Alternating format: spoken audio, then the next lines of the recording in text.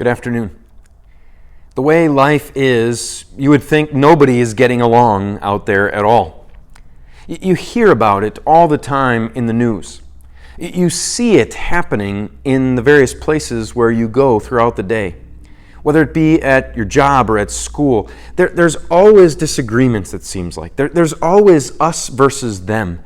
There's always fights and arguments and people not getting along. It seems to be so pervasive. It seems to be so much everywhere that we think, I don't know who's getting along with anybody else.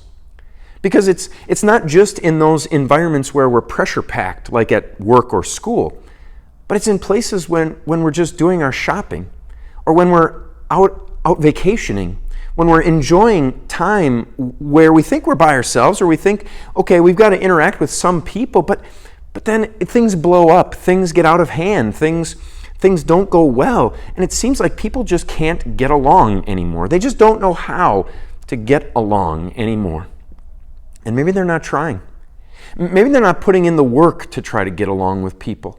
Everybody wants to go back and they want to have what they believe, and everybody else can have what they believe, but don't try to force it on me, because I'm not going to believe it. I'm going to fight back against it.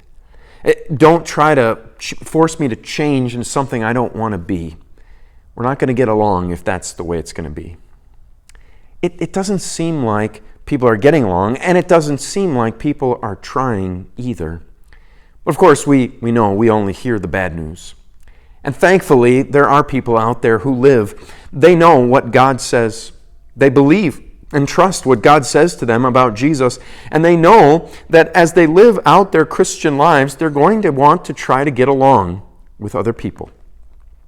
This is what God says to us through 1 Peter chapter 3, verse 8. Finally, all of you live in harmony with one another. Show sympathy, brotherly love, compassion, and humility.